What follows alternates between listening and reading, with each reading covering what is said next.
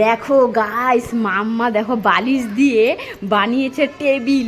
তো ওর খুব স্বপ্ন এরকম টেবিলের মধ্যে বসে বসে লিখবে। তো মাম্মার বাবা এরকম অবস্থা দেখে মাম্মার বাবা দোকানে গিয়ে সাত সাত টেবিল নিয়ে এসেছে।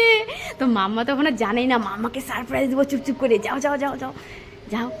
মাম্মা জানেই না, মামা ওদিক থেকে যাও, ওদিক থেকে চুপচুপ করে। ও তো জানেই না ওকে এখন সারপ্রাইজ। ওর পিছনে রেখে দাও, পিছনে রেখে দাও।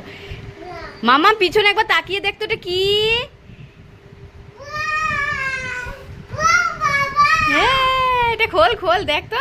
সেম। দেখি দেখি দেখি কেমন আসছে টেবিলটা। মাম্মার বাবা মামাকে একটা দারুণ সারপ্রাইজ দিল। দেখি দেখি, খোলো খোলো। এ কি খুশি দেখো। আর এই বালিশ আজকের থেকে হাটিয়ে দাও। ওয়াও, কি সুন্দর। স্টিকারটাকে এখন খুলতে হবে, এটাকে ছিঁড়ো ছিঁড়ো।